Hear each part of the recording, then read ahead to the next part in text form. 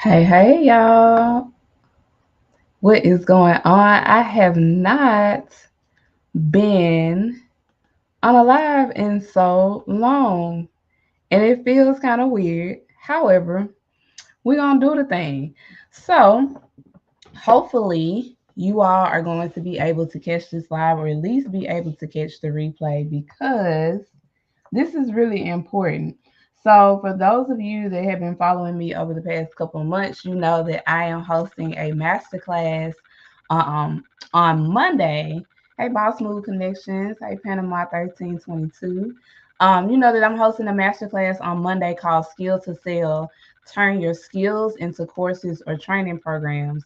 So, I wanted to come live to talk about how I actually secured my first corporate training because I know that a lot of people are getting into the space of where they want to secure corporate contracts or larger contracts and do things on a larger scale. Hey, Unica. So I wanted to talk about how I actually got my first opportunity to do a corporate training and what I actually learned from that experience once I had it and what the stakeholders had to say about what I did. So funny thing is I actually landed my first corporate training from actually working for a past employer. So I was working in the medical device industry or life sciences industry, and it's a small medical device manufacturer here in the city of Memphis. And one day, one of the VPs, he was actually the VP of quality, heard that I had went to school and got my master's in IO psychology. And for those of you that don't know what IO psychology is basically psychology of the workplace. So when you think about your HR functions, your training and development, leadership development, and executive coaching, company culture, talent development, onboarding processes, corporate wellness and well-being, those types of things. That is what that falls up under, and business psychology as well too. So he found out that I actually had went to school and got my master's in that. And I really think that this was just an opportunity that he wanted to kind of come and try to test me. There was some major shifts in management at the time with the previous GM that had been there. They had let him go. And so there was a couple of things that they were looking to work on in terms of trying to improve, do some change management processes, and then also go through a couple of what they call Kaizen events for continuous improvement in the facility. So it's so funny because I had always been the person in this particular role or at this particular establishment that was basically the underdog in a way. I was the only Black female in the office space, and I was also the youngest Black female in the office space, and I believe at the time probably the most educated. After acquiring my master's and then started on my doctorate. So it was very different because most of the employees that looked like me were actually in the manufacturing on the manufacturing floor. And so when he approached me, it was kind of one of those things to where like I didn't really know how to respond because this was actually my first corporate like job, quote unquote. And it was one of the first experiences that I talk about this all the time. How I kind of had a little bit of a culture shock because I had never really understood like what corporate culture looks like, because I only had the idea of what it looked like based off of what was on television. I know that's funny. I know that may be silly, but it's the truth. And so when I actually entered into the corporate setting, I realized very quickly that it was nothing like what was on TV, like what we would see on The Office or our favorite shows of like Girlfriends or um, Sex in the City or something like that. And so he came to me one day. I believe I can't remember if it was in the middle of an audit, an internal audit that we were having, or something. But he came to me one day. It was the vice president of quality, and he mentioned to me that he said he wanted me to come in and do a presentation on how they can improve their training and development efforts. And I kind of looked at him like, okay, because I thought he was playing. I didn't think he was serious at the time. And so when hey Camille, when he said it, I kind of didn't take him serious. And so it was like 3 days had went by, and like every day he came by and he said it like once each day. And so that last day that he ended up saying something to me, he actually ended up saying like, "Hey, do you have your presentation ready?" And I was like, "Oh, like you seriously want me to come in and do a presentation about how we can improve training and development efforts here at this facility?" And I really thought it was a joke. So I told him, I said, "Well, I didn't realize that you were being serious." I said, "But sure, I'll go home and I'll curate, something, and I'll have it ready for you to for tomorrow." Hey, I need you. Say to Andrea, I'll have it ready for you tomorrow. And so he was like, "Good." So this is the VP of quality, y'all, at the job that I was at. Don't laugh at me, Camille, because I really did. I really thought he was kidding with me. But so I came home, and at the time, I had launched my life coaching business. At the time, the name of my business was DreamWorks Life Coaching and Consulting, and I was a certified professional life coach. And like I said, I had just graduated with my master's in IO psychology, and so that's the reason that he had actually approached me. And so I came home, and you know me, for those of us that have been to school and got degrees, you know how we get in, we do our research, we pull our articles and stuff like that we need to be supporting evidence um in our data and in our approach and in our presentations. And so I came put a really good presentation together, came back the next day to work, and got to work, and he was like, "Are you ready to present?" And I was like, "Yes." And so he brought me in the room with him and several other executives. I didn't realize that the other executives were going to be in the room, but he had already been in talk with some of the other leadership team and some of the other executives that were looking to improve training and development and learning and development efforts here at this particular facility. Now, let me put you in on a few key things about this particular facility. So at this facility, we had a wide span of languages. There was a whole entire language barrier. But this particular or these particular ethnicities, let's just say, were the best fit people for the job, even though there was a slight language barrier. So most of them really didn't speak English too well. And the problem was we had work instructions and standard operating procedures and quality procedures that were in English, and a lot of them from where they come from didn't have more than wherever they came from, like whatever their ethnicity was and their dialect or their tongue that their native tongue that they spoke in. Most of them didn't have over like a third or fifth grade reading level in their native tongue. So it was really hard to try to um, actually go forth and try to translate the languages from the English versions of our standard operating procedures and work instructions to whatever native tongues that we had to. So I'm gonna just tell you all some of the languages that were there. So we had Bosnian, so we had people from Bosnia that worked for us. We had, of course, Filipino people that worked for us. And I can't remember what the native dialect was for that, but we had people from Laos. So Laotian was another one. We had going back to the people in the Philippines, Khmer was actually what the name of that language was called. And we had some people from Cambodia. So Cambodian was another language in the facility, and it was just a very wide stretch of languages. And I think Slovakia, I want to say Slovakia as well too. So it was a really, really hard project. Hey, Rachel. It was a really, really hard project. And that actually was another project that I had been tasked with because they were trying to actually avoid improving training and development efforts by simply saying, like, if we just take some time to translate the work instructions and the standard operating procedures, we should be able to get them to, understand what it is that we need them to do as far as quality. And so for this particular industry, it is very heavily federal regulated.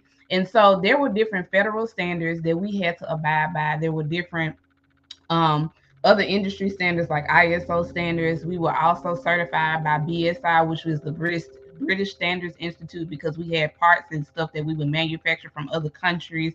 So we had to meet their level of proficiency as well too. And so I have been tasked as well with like, hey, can you figure out how to get some translators here to, hey, Coach A. Marie, can you figure out how to get some translators here to help us like translate these work instructions and stuff like that so we can get them to understand so they can agree to like quality procedures and they know how this impacts the manufacturing process and stuff like that. And so by the time I got through gathering all the data, let's just say, and they wrote the ticket for how much it was going to cost for a translator to come in and translate five or six different languages just for us to be able to translate them into English. It was a high ticket. It was a very high ticket. And then the other gap, of course, was some of those words that we have in English, they didn't even have in their language. So it was just a big, big mess. So he came to me and told me that he wanted me to create a presentation for him and the other executives to be able to present to him about how we can improve these training and development efforts, knowing that we had these language barriers in place and we had such a diverse employee culture there at the facility, right? And so I came in to the room. We met in a small office. We didn't actually go into like the conference room. We met in a small office and I did the presentation right there from the computer. And I had everything in there as far as what it would take to improve the training and development efforts, how it would impact employees, what the change management process would need to be as far as from the top down, from leadership to the employees, what it would look like to do it because of the language barrier. So getting them to understand that pictures would probably be a whole lot easier. Pictures and video would be easier for them to interpret and understand in terms of us having to find a way to translate and get them to visibly understand like what's what. And then also breaking down like the statistics or the data that supported what was going to happen in the process of doing this change management process. And so I actually did this. And the funny thing is, after I got done, they were so impressed. They were so impressed with what I did because I guess they had never had an opportunity to see me perform that way because they never gave me an opportunity, right? And I also think it was another thing as to where like they knew if they ever gave me the opportunity to like shine in that manner, that I probably would outshine quite a few of them. Later on, I learned to, that was part of it.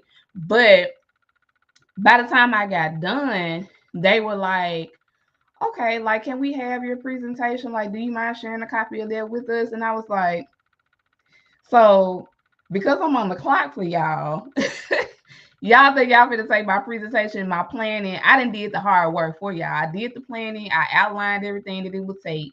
And y'all trying to take a copy of my presentation and use it to your benefit so you can go and present it in your way of what you want to, how you want to present it. And so you get the credit for it and I don't. And so, exactly, Camille. No. So what actually ended up happening was I said, yeah, y'all could get a copy of it. I said, I'll send it over in a little bit. So what I did, and I'm not suggesting that you do this. If you work a 9 to 5 and yeah, don't do this. Because at the time I was just really petty. I probably wasn't as mature as I should have been.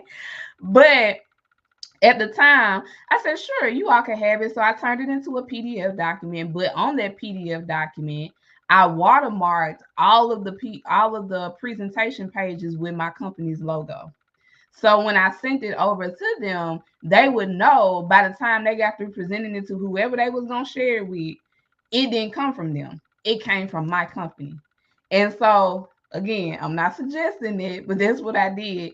So that was probably between the time of me actually doing their presentation and the time of me actually, or the time of them actually busting a move on making improvements to their process, it probably was like a 2-year time span, 2 to 3 year time span that went between there because they didn't actually want to take action on it until right before I left the company.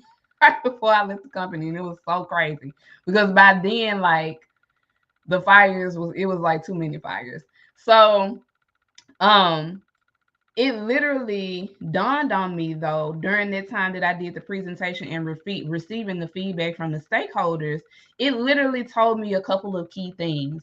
And so one of the key things that it told me was I could definitely get paid more money doing something like that than me actually being internally there at the facility, leading the actual project or directing the change. Does that make sense? Like, I hope that makes sense. I could get paid more money to come in and do the training or lead the effort through consulting, um, through a training program, whatever the case may be, because that's really what they need. They really needed at the time a training program that was going to help facilitate change management and quality management types of development. That's really what they needed at the time. And so it was also a little bit of content creation in there too back then, but I didn't really know what that was back then. I don't think content creation was like really like a thing, but like it was also a little bit of content creation in there too.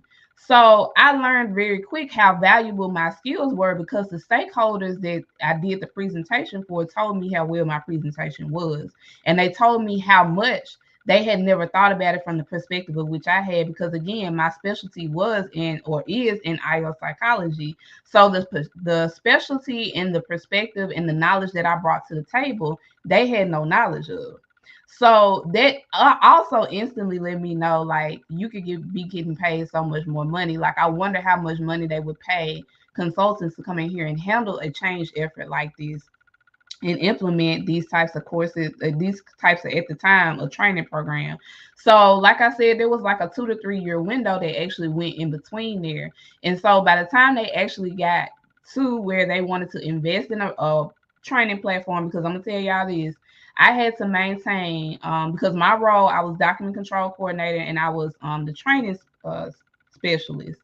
And so my requirements that I had to do was I had to maintain paperwork that showed that all of the employees over the whole facility were trained and had been trained multiple times across things. So if you know anything about document control as far as quality management, whenever there are revisions to documents, the document has to go around the facility or the company to be signed off and acknowledged. Now, most people do this electronically, but for this particular company, they didn't want to invest in none of that at the time. So everything was done manually.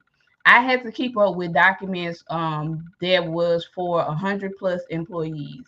And like I said, everything was done manually. So that means they had to literally sign their name on the paper every time. We had no electronic way of managing that. We had no electronic way of filing things. So I had to keep hard copies of all of these documents every time they changed and every time they basically received training or signed off saying like they read the document. Basically, that's what they called training at the time, but of course we know that that's not really real training, right? And for the type of skills related things they were doing in this facility, they needed more hands-on type of stuff because people just don't come in with the type of skills that those people had. So they literally would we would do all of that manually, and I would have to maintain all of that paperwork all the time. Why? Because we were an FDA regulated facility, and the rule for this particular industry was the paperwork that had to be maintained, it had to be maintained for either 55 years or the lifetime of the part. And for the part to be a medical implant, the lifetime of the part could be a long time because hopefully it was manufactured well and it lasts a long time, right? But in most cases, the lifespan of a typical medical implant is about 55 years.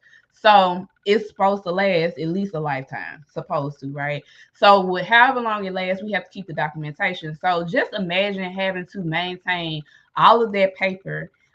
Every time the FDA would come in and audit, every time our customers would come in and audit us, whenever we did self-internal audits and stuff like that too, I would have to go and pull all of that paperwork manually, as well as once we got to a point to where I was actually scanning it in and I could pull it off of the computer, it still was so manual. It still took a lot of time to like manage all of it. And so by the time they got through wanting to actually implement this training and development in this document management system that was more of electronic interface, I was going to get ready to leave the company. I was going to get ready to leave the company. But it was so cool to see everything that I had suggested to them in my presentation. It was so cool to see it actually being implemented through these systems. So since I was the site system administrator to help them lead the technology implementation for the two platforms that they were bringing, I actually had to sit through a lot of systems training. And so they value my opinion a lot as far as like what the system should have, how we are going to make sure everybody's trained to it, how we're going to facilitate the training, how we're going to make sure that, you know, the change management process as far as getting people acclimated to everything is going to stay intact, all of those things. And so they value my opinion a lot as far as like what features and stuff that we should have. And so the crazy part is I left probably right before they right before they implemented. Um and that's when I left to go work for my mentor, my past mentor in Atlanta. And so I never really got to actually see how it ended up benefiting or not benefiting them. I'm assuming that it did. But what I did see in that process, going back to what I was talking about, how much would they pay consultants to actually come in and do this process for them? What I did see is because they had threatened to do layoffs, I think twice in between that time, including myself. I was supposed to lose my job, I think 3 times between that time period. Because they were going to shrink down or close the facility is one thing they were saying at the time, and then they decided not to do it. So once they had decided not to do it, it was already too late because most of the people had already left to go to another job because they was just like, we're not gonna wait on y'all to keep yo-yoing, you know, back and forth trying to figure out if y'all gonna keep the facility open or close it, which rightfully so because people have children, they have families, they gotta take care of their household. So they had most of the employees had left. I was probably the only employee outside of like 2 engineers that was left in the office. And so the employees in manufacturing was still there. They weren't going nowhere. But up in the office, like it was just me and like 2 other engineers. And so I basically ended up being the go-to person for everybody. And I basically ended up doing everybody's job because there was nobody else to do the jobs at the time. They had left. And so what I did see them do as a part of the budget to try to get us back up and going because they decided that they weren't going to close the facility, I saw them bringing in a total of 6 consultants. And let's just say each one of those consultants had at least about $150,000 contract salary, right? So again, going back to what I said, I knew that me working internally in the role that I was working, I was only getting paid $45,000 a year. But I had brought them a multi-million-dollar plan and presented it to them. And instead of them just paying me and basically giving me a promotion or giving me a raise and giving me a project lead to be able to, lead the actual change, they decided to hire 5 or 6 consultants and they brought them in all in 6-figure contracts. That makes no sense, right? But that lets you know how valuable your skills are. That's why I'm so adamant about pushing towards trying to get you all to understand, like, the world is is skill centered. It's going to be skill centered for now until forever. So for those of you that have skills that you're holding on to, knowing that you have the capability to be able to assist somebody to help them learn a skill that can help them excel in their career, that's a personal development goal, that's a business development goal, whatever the case may be, you all have the opportunity to be brought into these facilities, to these organizations, and have either your consultant hat on to lead that skill in its execution, or to license out materials that you already have and that you've already been doing. Some of you all have also been doing these things on your job. Just like I said about myself, I was doing that on my job every day, which is why it actually influenced me to go get my master's degree in IO psychology. And so because I started realizing more of what IO psychology was, I started understanding the skill set and I started understanding how to properly use it and execute it. And I didn't even realize at that time in that moment because I was so sleeping myself and because several other things that was going on in the work environment that makes you feel less confident, especially as a young Black woman in corporate America. I didn't realize at the time that the value of the skill that I held was able to basically create the salary of 6 consultants that they brought in. Like, do y'all understand it? Is it making sense? I hope this making sense. I need y'all to understand it. Like, just think about either a past job you worked or your current job that you work at.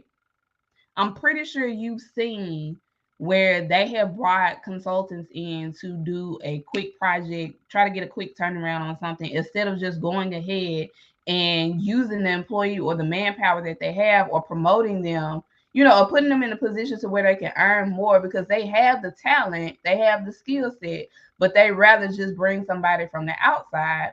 Hey, Kim, they rather just bring somebody from the outside and have them come in and do the work and let everybody else just continue to do the everyday work so the everyday work doesn't stop. It took me realizing that presentation that I did with those executives in my role of making $45,000 a year was the thing that ended up channeling the hiring of 6 consultants that made over 6 figures. Hey, Nurse T. So what does that tell you about the skill set that I presented to them? That tells you that I have that same skill set in me. They didn't have to go outside and hire anybody. I had that skill set because I gave them that game plan. I told them what plays to run. They wouldn't have been able. Now, I'm not going to say they wouldn't have been able, but it would have took them a much longer amount of time if I had not primed them by doing that presentation with the VP of quality and the other executives and board members that were in their room that day. I had did a lot of the footwork and research for them. So they didn't have to necessarily go and do it, but they knew they had no intentions of paying me for it.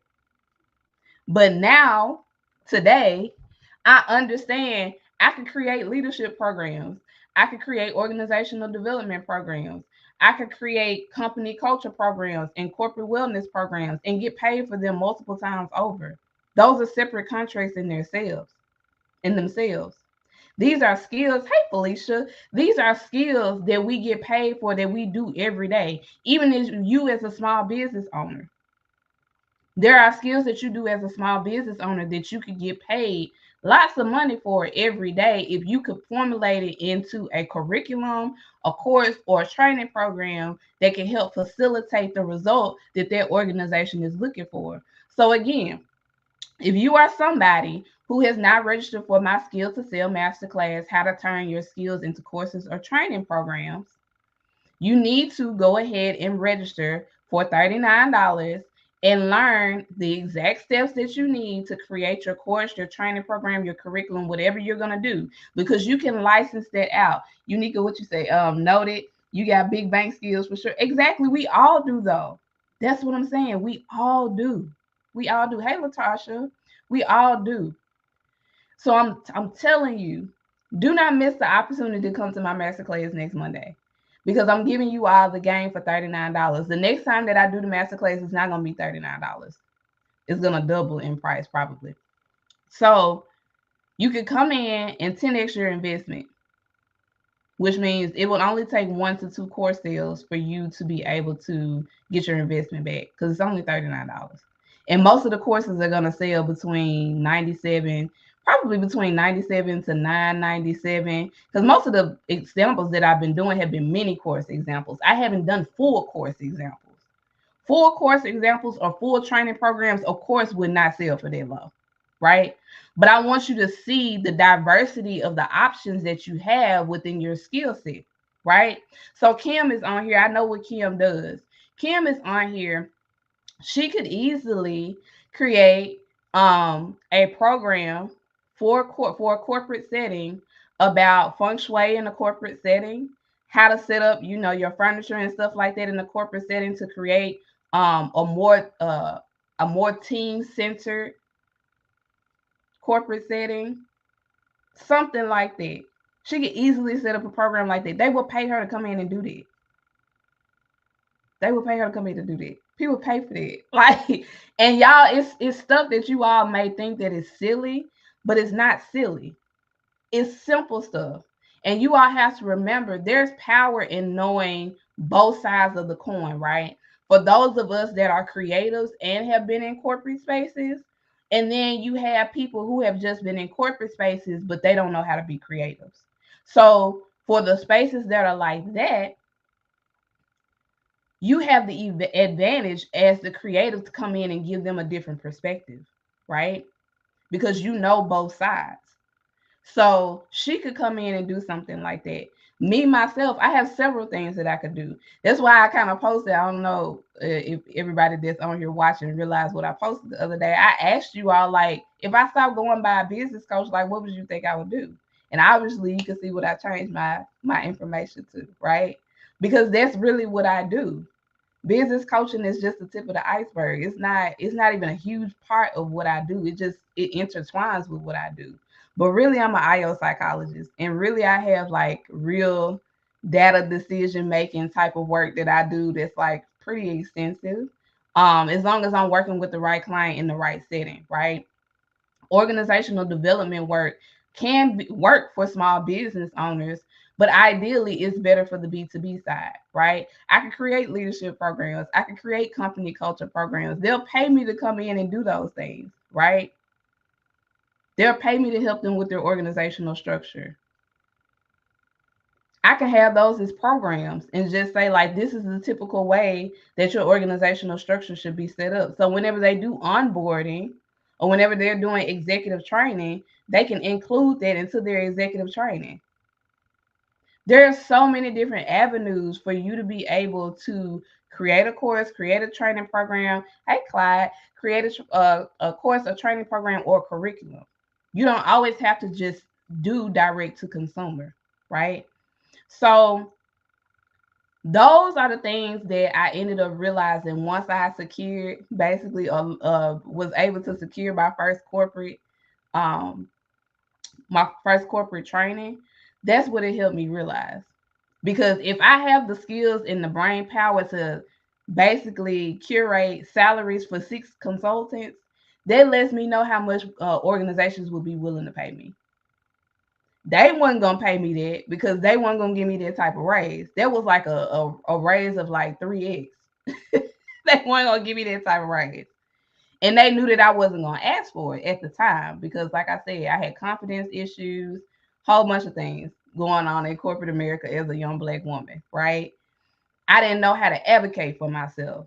So after leaving that presentation with the board members and the executives, the vice president of quality and the other executives, I could have easily said, okay, well, if you all want me to continue to help you work on this project, then I believe because of the responsibilities and the amount of weight that it's going to take to push the project, I believe that I should be up for promotion and just negotiate it from that way. But I didn't do that.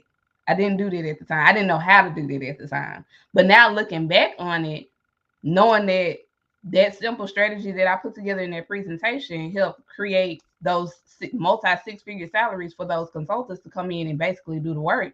And the thing is, they came in to do the work, but remember what I said, I was the only person that was really there outside of the 2 engineers. So I knew everybody's job. Everybody had to come to me to basically do their job. I was the go-to person. I was the key holder.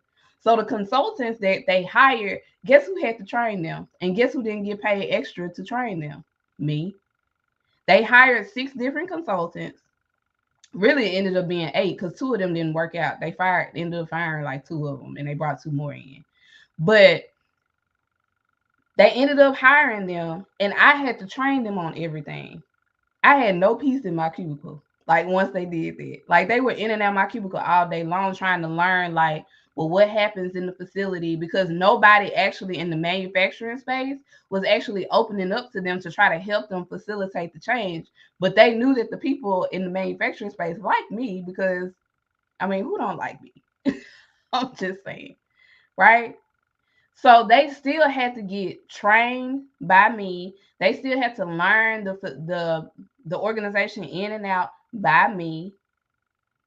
I had to teach them everything, and I got paid no extra money to do that. And they were getting paid multi 6 figures to come in and correct the issue within an allotted project time. So how do you think that made me feel? That shot my confidence down real low because I was like, why wouldn't they pay me to do that?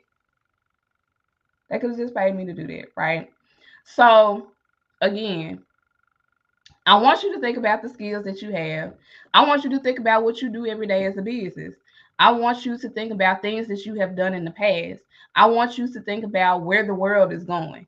Because again, I don't care what nobody says. People talking about people are not going to school. They don't want to listen. People are gonna forever go to school. Me, gonna forever go to school, especially if they're gonna pay the tuition. Gonna go. I'm gonna go. Right? I'm a lifetime learner. That's just who I am. I'll sign up for a course or a program in a minute. It's never bothered me, right? But what is changing is that people are looking for more accelerated pace. So they're looking for more accelerated pace.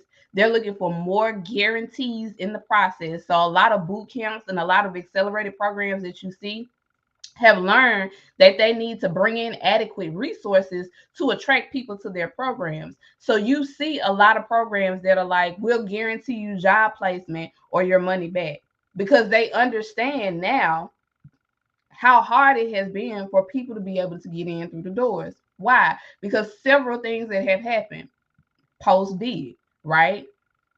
Nobody wants to work.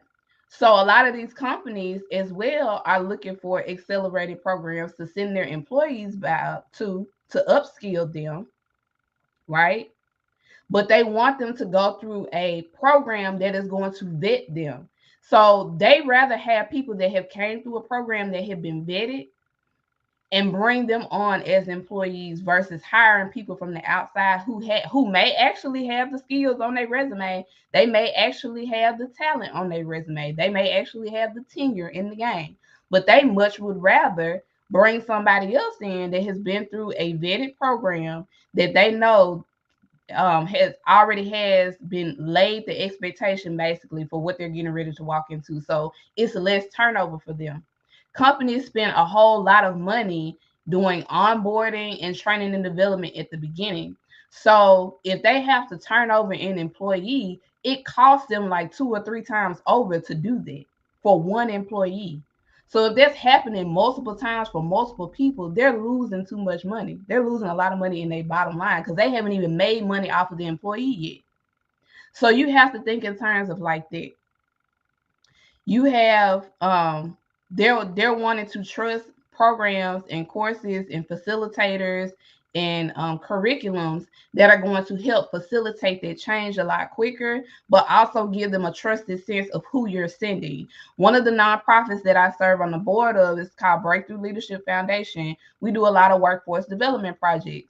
We've been able to send a lot of employees to Blue Oval through our electricians program. So we have different trade programs that we do at this particular nonprofit. We bring them in if we're the ones to do the training, or we have partners in the community. Say if they don't want to go through electrical apprenticeship program with us, we have partners in the community where if they want to do welding, if they want to do masonry, if they want to do plumbing or something like that. We have other partners in the community that we can send them to that already have a curriculum, and they'll train them and they'll get them in job placement in a very short time. We've been able to do the same thing. And the lady at Blue Oval that we work with, she enjoys working with us because why? We bring them through an accelerated process for them the electrical apprenticeship, and they're guaranteed to be trained over the next 5 years to earn their electrical apprenticeship certification. So that's just how it works for that particular industry, right?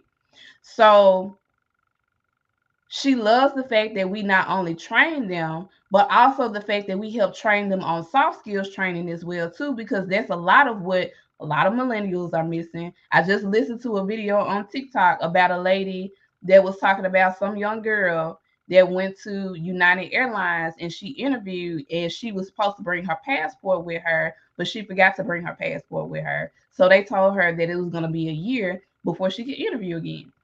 So instead of her just chalking that up as a loss and taking responsibility of what she did not do, she went on the platform and she started blasting and tagging United Airlines to the point to where they responded to her saying that, well, we don't ever want to work with you because your social media presence obviously resembles somebody that we don't want to work with. So now you didn't talk yourself up out of a job when you really could have just went to another airline. And she said that she was going to try to go to another airline. How are you going to go to another airline when you just slander United Airlines all over your social media? Nobody's going to want to hire you as a flight attendant. It's not going to happen, right? Those are soft skills that they're not getting, right? So we train them in the soft skill areas. We train them in the hard skill areas. They get all of that training. And they like the fact that we combine that training together with our curriculum to be able to send them over quality people, because it means it's less overhead for them.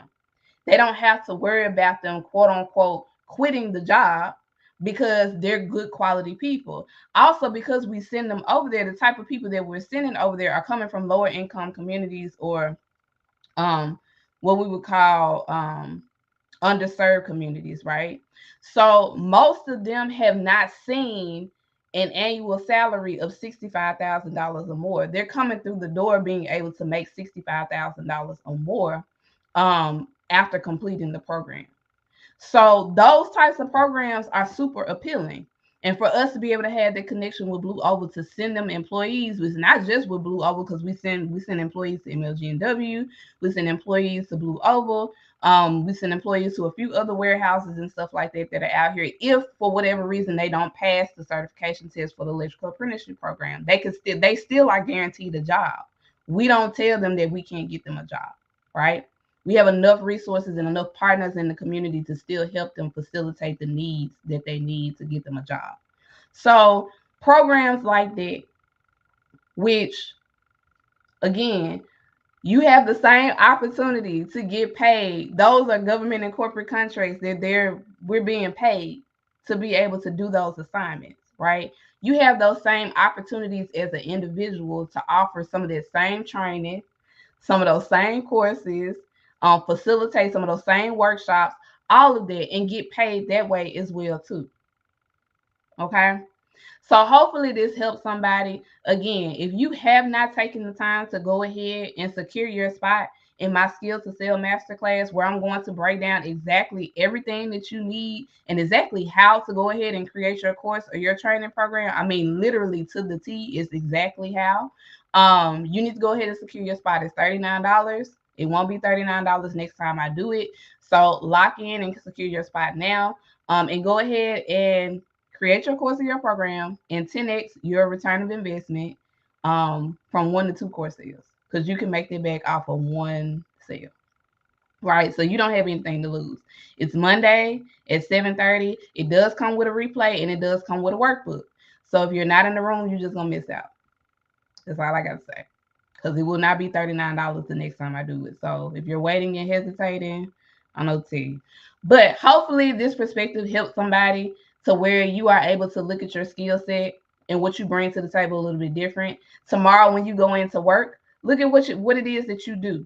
Look at what it is that you do, especially if you're somebody that's like, I do want to launch a business or start a business, or even if you're doing your business right now as a side hustle.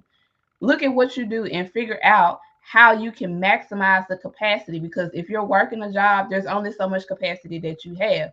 Not saying I'm never going to tell anybody to quit their job. I'm not their coach. I'm not their person, right? Life is real. So if you are at your 9 to 5 and you do want to start a business, going into e-learning is one of the easiest ways to start one. And just displaying your expertise. You have to be able to learn, have to be able to know how to write, read, and communicate. Like that's just a part of business and being a career-oriented person anyway. Those are soft skills that you should have anyway. You don't have to be a teacher to teach something, but you do need to know how to articulate. You need to know how to communicate. You need to know how to write and how to speak. Okay? So come in and get the blueprint. I'll see you all in class. Share this live with somebody to help change their mindset a little bit about why they should create a course or a training program and why I'm the best to help them. And I will see you all on the next live, which I think maybe Wednesday, but we'll see. Bye, y'all.